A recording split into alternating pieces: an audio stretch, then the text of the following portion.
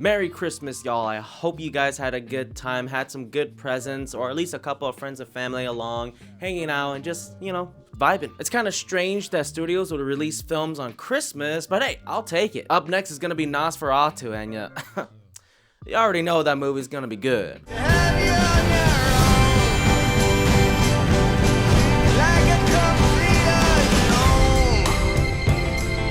A Complete Unknown, a biopic of Bob Dylan, adapted from a novel that's about the time when he transitioned from being an acoustic folk artist to then electric. I was pretty excited to see this movie. The first trailer we got to see in theaters was pretty fucking awesome. Of course, Bob Dylan being one of the most iconic and monumental figures in music history, this movie definitely needed to live up to something. And you know what? It unfortunately does not. We follow 19-year-old Bob Dylan in the 60s who decided to leave for New York with just a guitar in hopes of becoming a great musician. And wouldn't you know it, he manages to meet a couple folks to help him rise to stardom, he falls in love, and he gets into all sorts of drama with the folks that are against his transition into electric. In case you don't know why this film is titled A Complete Unknown, it's a lyric from his song Like a Rolling Stone. Like a complete unknown, like a rolling stone. Which is supposed to be the song that signifies his transition into electric, pushing the music genre into a whole new area. Well, more like expanding it. This movie seems to be dealing with an identity crisis. Does it want to be a biopic, or does it just want to focus on a very specific moment in time with Bob Dylan? It tries to do both, but ends up being kind of bland, and I walked out of this movie not having learned anything about Bob. Let's get this out of the way first. The production of this film is of course great. It looks sexy, it captures the 60s, and it overall really works. The vibe is great. There really isn't much style though. This feels like another generic biopic that we've seen a million times before. What did keep me invested in this movie though are the performances. Everyone here is just top fucking notch. Timothée Chalamet, Monica Barbaro, Edward Norton, and Elle Fanning are all giving fan-fucking-tastic performances here. Especially Timothy and Monica, who I believe both learned how to sing and play the guitar for this film. Yeah, in case you didn't know, that's their singing in this movie, not just them replaying the actual artist's song. Timothée Chalamet does not look or sound like the real life Bob Dylan, but he does capture the essence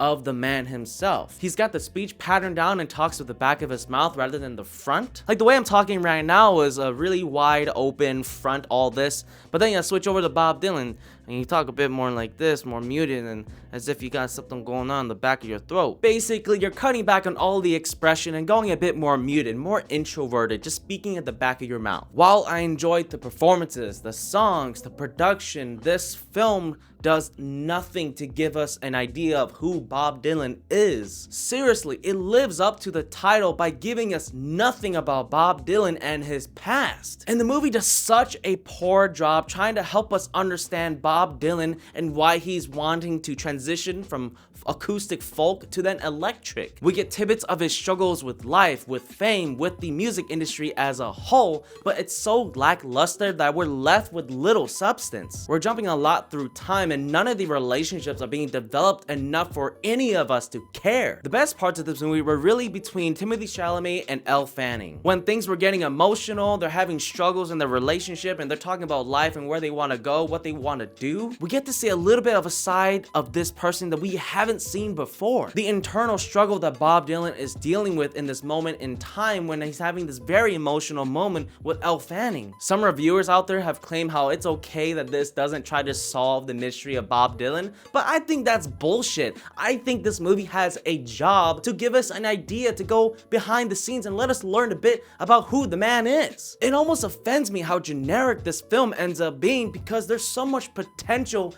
in a Bob Dylan biopic. Honestly, if there's one thing that this movie is doing, it's inspiring me to check out the one with Cate Blanchett. It's cool that we got to see us transition from acoustic folk music to then electric, but even then the movie doesn't seem to understand what its plot is, because this plot line of his transition doesn't really even happen in the movie until somewhere like at the end of the second act. Let me just put it like this: the first half of this movie is trying to be a biopic, and the second half of this movie is trying to tell us this very specific moment in time. Since the movie is so rushed, you end up not really caring about any of the relationships, not really wondering what's going on with any of the characters, and by the end of this movie, whatever that's happening on screen, it's not all that impactful at all. I'm sorry, I really wanted to love this movie. I love Bob Dylan, I love his music, as do all of us. But this film does absolutely nothing to give us any insight of who the man is. And with such a generic sense of style for this movie, it just offends me that it even exists. The only thing going for this movie, like I said, are the performances, especially the one by Edward Norton. Holy shit,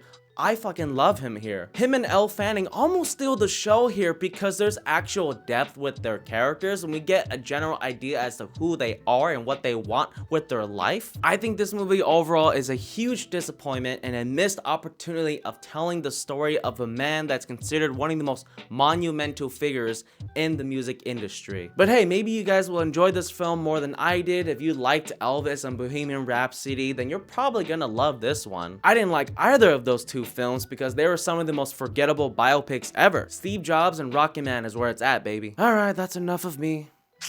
I'll catch you guys next time. If anything was mine to take, all I want is you.